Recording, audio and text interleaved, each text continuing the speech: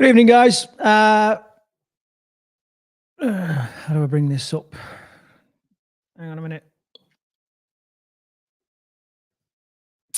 Hey, guys. Welcome to tonight's live stream. So, as promised yesterday, but obviously I missed it, we're going to talk about rewards. And specifically, we're going to talk about how you can stop making food a reward. Okay, quite often we reward ourselves or we treat ourselves with food, and ultimately it's messing around with our entire kind of pleasure system in our brain. Okay, and just sets us up to fail in the future. So that's what I'm going to be talking about tonight. I don't know how many people will get on a Sunday night, but I'm also streaming this across Instagram as well. So if anybody's listening on Instagram, then please give us a shout so I know that it's working. I don't often do it on Instagram because it's just it just seems a little bit clunky sometimes, but we'll see. I'm just practicing, trying to get better. A couple of people saying hi. Hi, Alison. How are you doing? Claire's saying hi, Craigo. Hello, Claire. Angie's saying good evening. Brilliant. Okay, so as always, I'll let a few people come in. Let me know how you're getting on in day 10 of the 30-day sugar-free challenge. Obviously, we're a third of the way through. Mika's saying hello. Hello, Mika. Third of the way through. What usually happens at this point is people start getting a little bit bored because they are, they don't have this constant, regular pick-me-up of food and all that kind of stuff. Hence, I'm going to talk about rewards tonight. And I've actually got a mnemonic, believe it or not, because I love a good mnemonic, of the word rewards on how you can stop using food as a reward. Okay, so should be pretty good. Good evening from Eva. How you doing? Kathy's saying hi, Craig. Hi, Kathy. How are you doing? And a Facebook user there saying hi. I don't know who you are because I've not got your name. Alison said unknown bloating and sleeping problems. Yeah, the sleeping problems can be pretty intermittent throughout the challenge. Just one of those things really. But like I said, it can take quite a while for things to truly settle down. So kind of stick with it. I think the important thing is you don't question it too much. Just try and do lots of relaxation. We have got some meditations on YouTube that you can kind of listen to help you sleep. And if not, there's a good couple of apps there that can help you sleep. The bloating, I don't really know. What's kind of gone on there. I don't know if it's something that you've had or contamination somewhere or whatever. I don't really know, but it's funny how you can feel it. I mean, and Alison, you think back to when we first started, you was like, oh, I can never give up bread. You know what I mean? When you would constantly walk around in a state of being bloated, and now it really stands out when you're bloated. And you're saying, looked at my Xmas box of chocolates earlier, but I resisted. I cannot believe you've still got Christmas chocolates in the house. I mean, I'm sure there's people on this call that they wouldn't have that. They'd been long gone. So good. Well done for resisting. Monica's saying hi. Hi, Monica. How you doing? Donna's saying hi. Hello, Donna. Thanks for joining us. Alison saying, I only slept for an hour last night.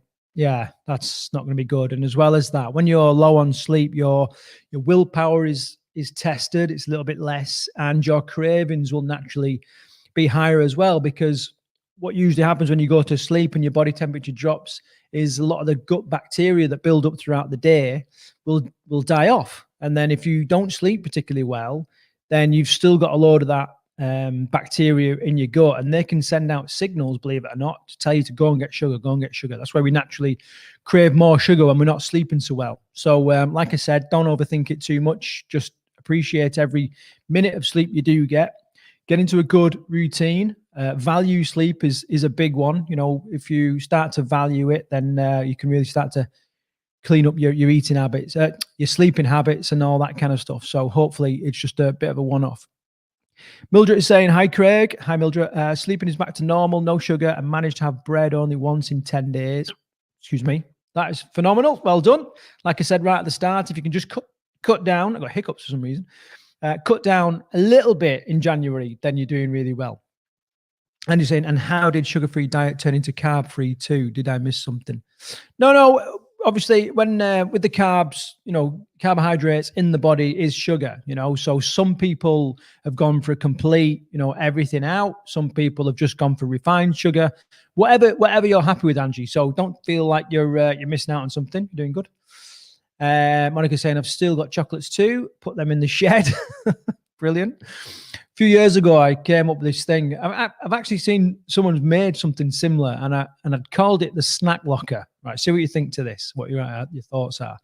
The snack locker. So it was like one of these lockable document cases, but it was like a little safe. And then the idea is that you put any of your crap food in there and lock it at night, so you just couldn't get it. And if it was like, well, I'll just go to the shops and get more. You lock your keys in there, And so I was going to call it the snack locker. Do a GoFundMe page and make them, but I didn't in the end, as you do with a lot of ideas. Sometimes I wish I had. Dora saying hello, Dora. How are you doing? Good. So we've got a good few people on. We're going to get into it as always. If you've got questions, then fire away. Most people have or a couple of people have said how they're doing. If you haven't yet, then let me know. Let me know how you're getting on. And let's get into our little bit of training for tonight. Okay, so here's my little mnemonic that I came up with, which is using the word rewards. Okay, so the first thing I want to encourage you to do. Hopefully you can see that and still see my face. One of the biggest things to do is it's really easy sometimes to forget the benefit of what you're actually doing. And a good friend of mine talks a lot about being success is short-term misery for long-term gain, right? It's also known as the law of expediency, where human beings, we tend to take the path of least resistance. We'd rather have pleasure now and then have to deal with pain later than, it's a big reason why, like, the pension scheme is just, we'd rather have the money today to eat today and then worry about eating later in life in a few years. We want almost instant gratification, the shortest path to pleasure, so and one way to kind of get around that, to bypass that, is to constantly remember the benefits, remember the long-term benefits, and remember the short-term.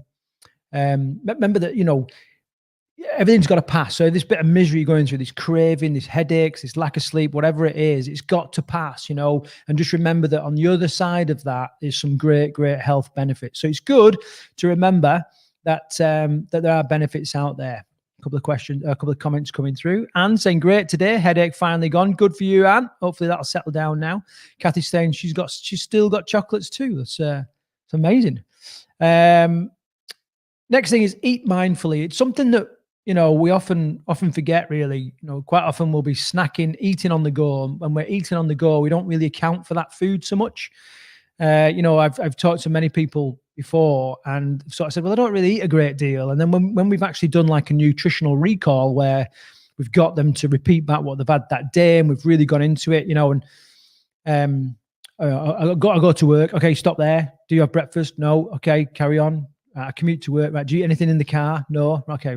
You know what I mean? When you really start drilling into it and reminding people of what they actually eat, usually it's more than they remember, because they're just eating on the go or whatever, and not really mindful about what they're doing. And then sometimes when you sit down, and I'm guilty of this sometimes, is I empty my plate so quick, like my body doesn't have time to catch up. Whereas if I could just slow down a little bit, then I'm much more mindful about how I'm feeling, and I won't tend to kind of overeat. So that's the second one, eat mindfully. The third one is watching language. Now, Paula and I are massive advocates of language and using language to your advantage. It is the root of most change, and what I mean by that is, this idea of labeling food good or bad. Is it good or bad? And all that, and we all tend to do it, but you'll remember early days of this kind of challenge.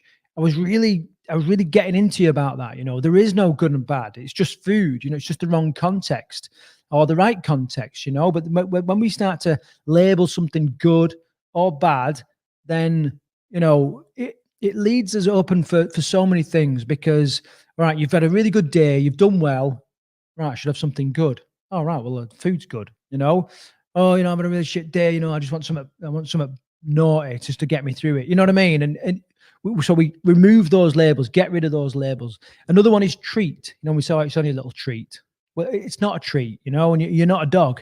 So you shouldn't be treating yourself with a few bits of food. It is 100% a cheat. You're cheating yourself. And it's just a slight twist on the language you're using, but it is quite a powerful thing. Or something nice. Oh, let's go and have something nice. Is it nice? It's laced full of poison. It's going to kill you in the long run. Is it nice? Why do we call it nice? If we walked round and started calling it, or do you want this like fat, nutrient, bloody deficient, poisonous, bloody starchy food, we wouldn't perhaps eat it as much. All right. So language is a big one. I'm just going to pull out these comments as we're going along. Eva's saying, "Oh God, when I eat chocolate, I often mean to eat a little bit, only to find I've eaten a whole king size bar." Yeah. It's that's what I'm saying. So if you was mindful of it, if you took one chunk at a time, put the chocolate bar down, smelled it, felt it in your fingers, like touched it on your tongue, put it into your mouth, let it melt, just really, really slow, you tend to eat a lot less, and a lot of foods now are just made to be what we call hyper palatable. So you can just like, before you know it, you've eaten the whole lot.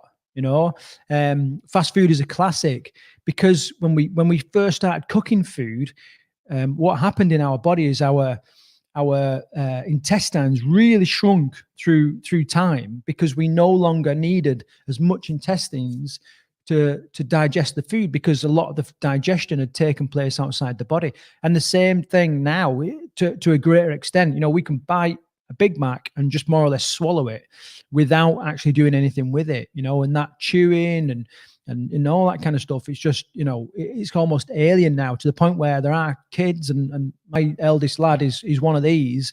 Like if he's got to chew food, he hates it. Like, he won't eat like a beef stew or something like that because he's got to chew the meat. And anything that is slightly chewy, he will just cake it with like sauce and stuff.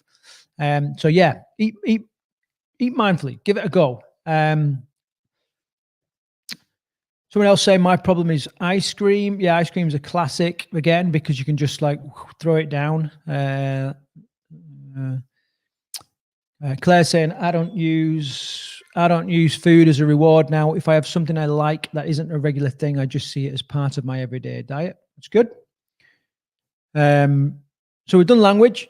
Right, this next one. This is one of my real big bugbears is people hyping food up. When they'll sort of sit there and go, "Oh my God, look at it! Oh, it's beautiful!"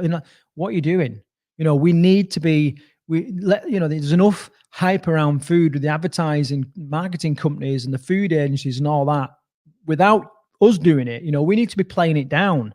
In our minds, to our families, to our kids, we need to be playing food down. Because like I said, there's enough hype about it. And the more we hype stuff up, the more we want it and all this, you've really got to play it down. Someone saying, I'm like that. I don't like chewed meat. Yeah, it is quite common. We kind of, whereas before we would have literally been ripping bits of meat, trying to get marrow bone out of bones. And, we would just done so much with our food to try and get it into like a palatable state. And so much of that is done now. Sauce reminds me of a barbecue a few years ago. A guy was going on how wonderful that chicken was that he had, which he covered in ketchup. The response from someone else, is that why you've killed it off with a load of... Yeah. I know, it's just crazy. You look what's in ketchup. I mean, terrible stuff, really. Chicken's beautiful. It's just covered in ketchup. Ridiculous. Mika, there goes my job. Are you a chef, Mika? I remember rightly, you're a chef. Yeah, no, I mean, in a restaurant, it's one thing to be kind of hyping food and all that. I get that, but everyday life, when people are like, we have a cleaner that brings in cakes for the cleaning team quite often, and everyone's just like, "Oh, look at that, it's beautiful. Oh, you want to try it? You want that?" No, just stick it in the corner. Let's not make any freaking fuss about it, And then everyone just have like a moderate portion and let's get on with our freaking job. You know what I mean? Instead of making the focus of our day this freaking cake. And, you know, people do hype it up a lot. Although remember the benefits twice. So you doubly don't forget. Yeah, remember the benefits twice. Next one is ditch the guilt. Again, this is one that I talk about a lot. You know, and I always tell this story of I was driving down the road with Paula, and let me bring my face up a little bit more so you can see. I was driving down the road with Paula, and she was obviously in a little bit of a mood, and I was like, "What's up?" She was like, "Nothing, you know, don't worry about it." I said, "No, I can tell there's something up. What's the matter with you?" And she went, "Well, you know, I've had some M&Ms," and I was like, "Oh well, don't worry about it." And she was like, "No, you know, you don't understand. I've been eating really well. You know, I've been doing really well. I'm trying to lose weight. I'm trying to get a grip of my food, and I've let myself down. I've had this freaking M&Ms. You know what I mean?" I'm like, "Right, stop." And I pulled the car over, and I said, "Right, burp into these hands." And I made a burp into my hands. She was like, "Burp?" And looking at me strange. I was like, "Right, now wind the window down." And I made her wind the window down, and then I threw this burp out the window. I said, "Right, that is it. Your guilt is gone. It's not serving you. It never will serve you. It's not going to serve anybody. It's just a horrific emotion to carry around. It's like a bloody load of bricks on your shoulders, and it will just force you to eat more and more and more and more. The minute you ditch the guilt, you're just in a much stronger, much better position." Some of you would have seen Andy's post in the group today where he said, I need to fess up. I've had a real shit couple of days, well, blah, blah, blah, whatever. Just get rid of that, because that's what stops us getting back on the wagon as quick as we could, you know, because we have this guilt, we have this big stick that we whack ourselves with, you know, just ditch it and it's done. What did you learn from it? Let's move on. You don't need to carry guilt and shame around with you all the time. The next part of that is horizon thinking. So I've got my little pad that I'm gonna describe this horizon thinking for you, which we all tend to do, you know. And it's so obviously at some point in our upbringing we suddenly become aware of this line over in the distance, and the sun rise. I'm going to draw the sun. The sun kind of rises over it, you know, and it's this line between the sky and the land that we call the horizon, right? Now, the horizon is a lot like our goals, okay, or not so much our goals, but this is like perfection, you know. So we can see perfection there. Now, if we start walking towards the horizon, right, we can walk all day long, keep going, even all through the night. And then the next day, when the sun comes up again, if we look from where we are to the horizon, we're still nowhere near. And this is exactly the same as, you know, striving for perfection. What we need to do is look behind us, how far we've come. Only then can we see our distance. But, you know, we kind of model everything on this horizon-based thinking where, oh, if I could just get there, if I could just do this, and if I could just do that, you know. And this really is, like I said, perfection, but you just can't achieve it. You can't ever achieve that perfection. And even if you got close, you would recalibrate, and then there'd be another thing of perfection, you know. So the key thing is you know, have your goal out front, and that's fine. But to check your progress, you need to be looking back at how far you've come. You know, you need to be looking back at your footsteps, about, you know, the distance you've traveled, how far you've come, whatever, you know. So for example, I'll just not pick on, but I'll talk about Alison for a while. You know what I mean? Alison might be thinking, oh, you know, I'm nowhere near. I'm still sleeping. I'm not very good sleeping at the minute, and I've got this bloating and all this kind of stuff. Now, modeled against perfection, miles off. But you look back, you know, and then first couple of days where it was like, I can't imagine giving up this. I can't imagine giving up that. I don't know if I can do this. I don't know if I can do a boot camp session and all this kind of stuff. But you look at the progress that's been made by looking back at the distance that she's come. And that's incredible, you know. So that's a little different spin on how to think about your goals and stuff. Right, let me get my thing back up. I'm getting better at swapping these screens around. There we go. So that's the horizon thinking we talk about. And then this next one, which I want to spend a bit of time on really, is to set up non-food rewards. Okay, like I said, we have it's really easy, to use food as a reward for whatever you're doing and all that. And it takes a bit of effort to create non-food related rewards. Okay, but it's definitely worth doing it. And I just wonder what rewards some of you guys set since starting this challenge. Has anybody thought, well, okay, if I get to 10 days, I'm going to allow myself to do, I'm going to have you can't go for a spa day or something like that, but I can have a hot bath and, chill and whatever it is. I don't know. I'm just wondering what rewards you've come up with, and hopefully we can get a bit of a discussion going on some non-food related rewards. It might be like a lie-in. It might be a movie night. You might buy yourself something. I'm just wondering what, if anything, and if you haven't, how are you going to reward yourself at the end of 30 days? How are we going to create this point out on the horizon that we want to get to, to keep propelling us forward? And if you haven't, what could it be? How could you reward yourself for the hard work that you've all been through in the last couple of days? And saying, good point. I get that. Good. I'll just have a little sip of my licorice tea today.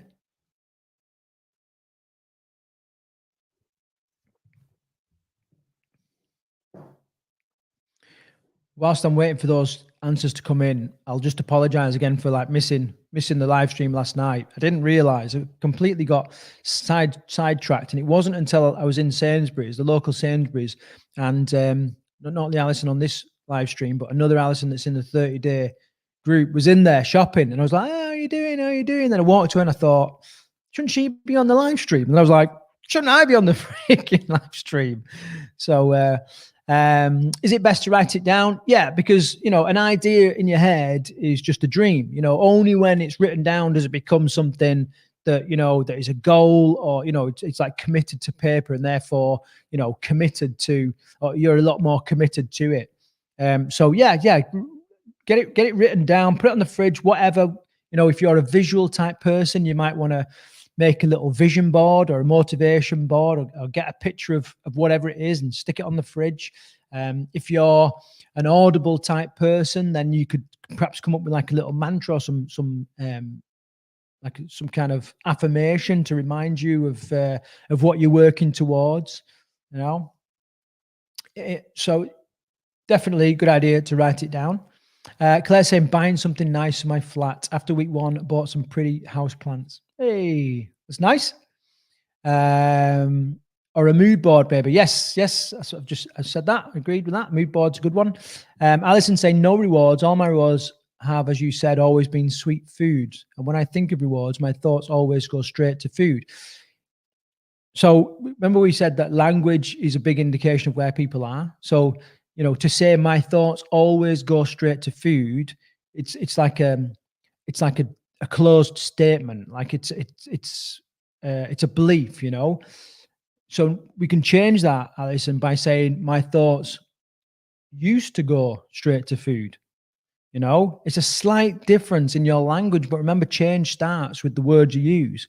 So start using things like that. Catch yourself and these things.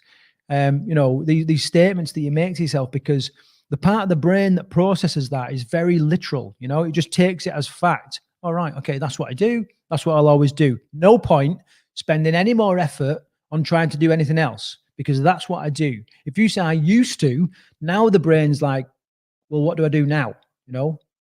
How do I fill this gap of, if I used to do that, what is it I do now? It starts to look for evidence into what you do now, So you could say, I used to always default to food.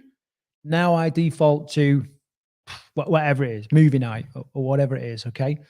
Looking at clothes and planning things to buy once I've dropped a dress size or 2. Yep, it's a classic. It's a good one. Sophie's saying, say my rewards were takeaway at the weekend, or having a low-calorie hot chocolate each night if I've been good all day. Yeah. I mean, look at that language there. So,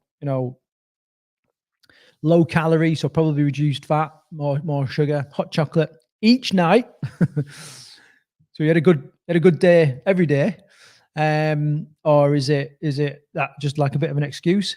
If I've been good all day, so what does being good mean? Does that mean like restricting calories? Does that mean eating the right nutrients? Does that mean doing enough exercise? Does that mean not killing anybody at work? You know, um, it's funny when we start getting into this kind of stuff. Some new clothes, a size smaller, good for you, Angie. Lol, this is partly why I need the Conquer Food program with Paula. Yeah, and this is exactly the kind of thing that she will work with. You know, she will pick out those absolute truths that you tell yourself. I do this. You know, it becomes part of our story. Everybody on this call has got their own story, and if we want to change something, we need to change the story. You know, so many times I've heard people say, I'm not a runner, you know, and then they do a few weeks at boot camp and it's like that. Oh, I you know, I run. I am a runner. And it does change. And I always say that, you know, people change all the time. And you're a person. That means you can change too. Quite often we think, oh, I'm just doomed to be like this all the time. It's not. If you want it bad enough, you'll make it happen. The Facebook user is saying, I feel the same as Alison, feel embarrassed now as I did have a food reward for the end of the 30 days, but this is making me really think now. Emma, good. Yeah, you know, embarrassment, guilt, shame, all that kind of stuff, just let it go. It is what it is. You know, there's a great book called Why Zebras Don't Get Ulcers, right? And the problem with humans quite often is we have got such a big brain, which is actually connected to eating cooked foods. We've got such a big brain, we have the power to project our thoughts into the future. That gives us the power to worry. It gives us the power to be embarrassed, ashamed, to try and mind read what other people are thinking. Whereas a zebra, you know, if a zebra is like just munching on grass and then a lion comes along and chases it to try and eat it, and the bloody zebra runs away, and then the lion gets tired, he's like, whatever, I'll chase something else. The zebra doesn't spend all day going, why me? You know, why did that lion pick me? Is it something I did? Is there something wrong with me? You know, the zebra just goes back to eating grass. It just is what it is. But humans would spend days on end, like beating ourselves up, going, it was me, I might as well kill myself because all the lions want to eat me, and, you know. So, Donna saying, I've put some new sport tops I want in the online shopping basket. My bigger reward will be amending them to a smaller size. Good for you. That sounds like a good one. Sophie, yeah, so being good all day was not eating chocolate and eating healthy defeats the point. Yeah, it does. It does. And what it does as well, I mean, you know, there's a lot to be said about living life in a restrictive state, you know, because ultimately, if we feel like we can't have something, at some point, you know, the desire just builds and builds, and at some point, like we'll just get it, you know, we'll just go and get it. And you know, and I try and get everybody that I work with to ditch this idea of like, you know, I can't have it, I'm not allowed it, it's bad, you know, and just think it is what it is. I can have whatever I want. It's just I've made a commitment to accept the consequences, and I don't want those consequences. Therefore, it becomes a choice, you know? So instead of people saying, oh, can you have this? Can you have that? You're not allowed this. You're not allowed that. And you're making you guilty and shameful. You can now say, it's my choice. Now you've got the power. Kathy is saying, I haven't thought about a reward, but will do. Yeah, be good, Kathy, to come up with a bit of reward. Can't think of anything. Oh, dear. Well, it doesn't have to be. You don't have to buy anything. You know, it might just be that, you know, you have a bit of, you know, hot bath, time to yourself, you know, a bit of time meditating, you go for a walk, you know, if there's somewhere you really want to go, something you really want to do, then just set that out as the reward for you.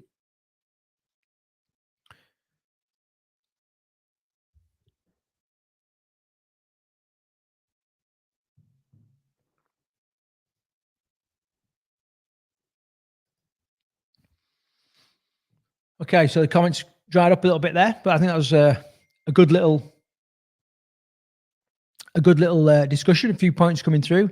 What else have I got on there? So I've done my horizon thinking.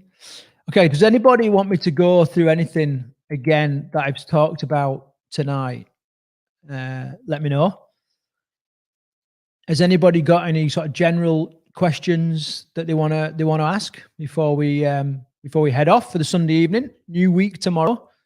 Um, I find that the weekend's usually a real tough thing. You know, the real tough time.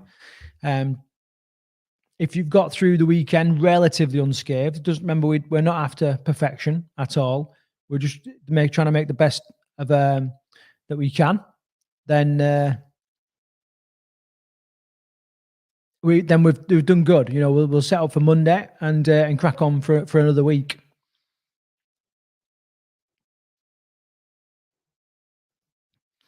Dora saying every day I say to myself, "Damn good old girl, another day." Yeah, brilliant. You know, you've got to recognise these little wins. You know, let me just draw another little doodle for you because I know you love these doodles a great deal. So, uh, this line here, this represents like our life. Okay, now what happens as we sort of move through life is we have a series of events, and these events in like Gestalt theory and all this, they represent events as like pearls on on a chain like this, and some events like emotionally and psychologically are smaller than others. Some are quite big, and then you get some huge ones like this, you know, and then you get some other ones like this. Now if we go through life and we're like constantly in a restrictive state, can you see this on the screen? Yes, you can. And you're constantly in a restrictive state, then we build up like a history of failure. You know, it's like these are all failures. These dots. You know, another big one here. Oh look, and then it's we're 8 days into the to the sugar-free challenge, and I've had some whatever. You know, and we get this history of failure. Now, when we look at this, it's quite obvious that momentum is with failure. You know, we feel like a failure because we've got this history. Now, when you kind of first get going, you need to be recognizing all the little wins because you need to be offsetting some of these failures.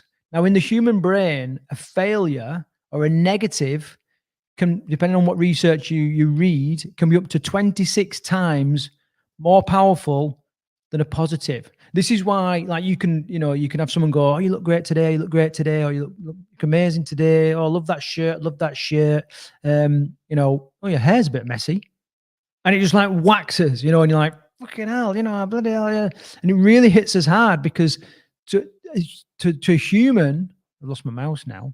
To a human, negatives are really powerful. Hello, mouse. Anyway,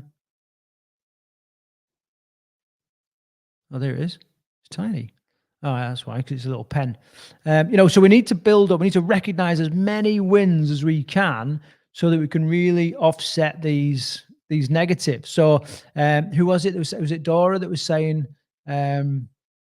Yeah, Dora was saying, you know, she says this thing to a good way. It's another day done. What we are doing there is we are now changing momentum into that fit of success, you know, and then before long, that momentum will be really hard to beat because we're, you know, we it's the momentum is with success. Does that make sense? Let me know if that kind of makes sense or not. And saying what would be good amount of exercise for beginning week 2, whatever you can manage. You know, just go for a walk. I don't know, and sort of what level of fitness, if you are, how much of a beginner you truly are. But just get out and get moving. Remember that food is the foundation and exercise is just the catalyst. Okay, so you know, get out, walking. If you've got some weights at home, do some weights. I don't know what exercise you kind of thinking of doing, put a bloody exercise DVD on or whatever, just get started and get like a baseline of where you are. And then all we need to do is each week just increase it a little bit, little bit, little bit, little bit. So I can't be that specific because I don't really know what you could do, all right, or how much time you could spend on it. But just get out, get moving. When you first get started as a beginner, it's really important that you get used to the habit of training more than actually what you're doing. So if you're going to the gym, I know you can't right now, or can you right now? No, you can't right now. Get in the habit of going to the gym. Don't worry about too much about what you're actually doing when you get there, because that will come. Just get it carved into your day now so it becomes habitual. Kathy, no, there's a question there. No, Kathy's saying, what percent overall should we be aiming for? Carbs, protein, and fats.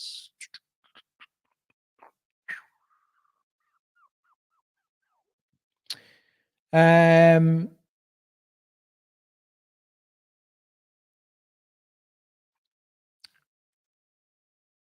don't know. I don't know. I'm not struggling to answer that, but I'm reluctant to answer that. The best thing would be tell me what you are now, and then I'll help you shape it to something that might be better. I don't like sending out stuff like that because I think sometimes people kind of struggle enough without having these so-called like barriers to get to, or thresholds to reach. And I don't want to kind of throw all these, judging on what we've done in the past, like you throw something out and that becomes then the rule of the group. And I don't really want it to become you want to have this percent of carbs, this percent of protein, this percent of fats. But if you want to send me what you've got now, then I will adjust it if needs be. Alison say, I find it harder when I'm out at work. Too many temptations and too many things that draw my eye to them. I can't stop thinking about it. Imagine if you could stop thinking about it. Maybe what if I used to find it hard when I was out at work, or I find it easy at work. The language there, Alison, is they've got not a lot to work at as if it's a bad thing, but there are so many opportunities to improve that and to create change. So it's good. Claire saying, thankfully, Meltdown, I have no idea what day of the week it is. So just doing one day at a time. Not really thinking of weekends or days off. Seems to have stopped me thinking of having weekend cheats, you mean, or days off my eating plan. Yeah, brilliant. That's good. That's really good, Claire.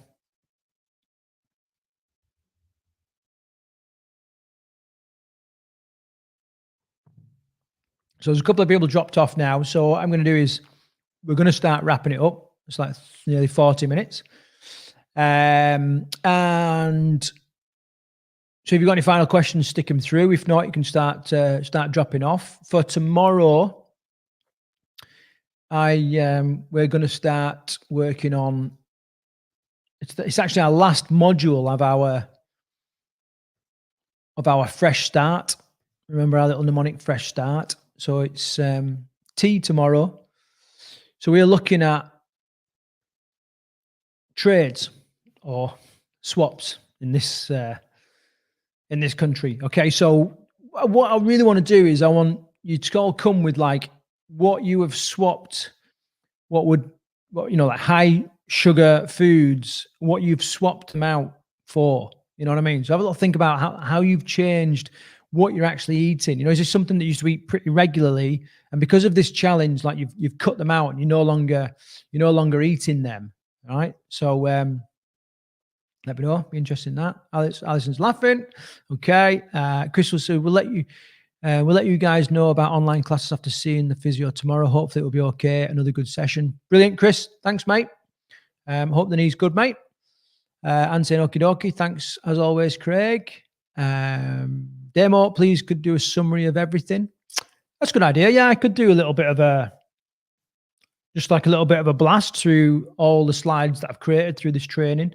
So I might do that. I'll do the one tomorrow, trades, which is the final one of the fresh start. And then what I will do is I'll do a full session like just doing a summary of everything in a couple of days or something. You know, maybe Wednesday time or something like that. I got in late. Sorry, no problem. Kathy, yesterday 42% carbs, 40% fats, and 18% protein. I think you're there or thereabouts. I don't think you need to mess around with that too much. Yeah, definitely within the right parameters there, which is good. Do you track your fiber as well, Kathy? It'd be interesting to see how much fiber you're having in that food. Mika saying thank you very much again. See you tomorrow. Yep, see you then, Mika. Thanks. Mildred saying thanks, Craig. See you tomorrow. See you tomorrow, Mildred. Claire saying thanks, Craig. Thank you, Claire.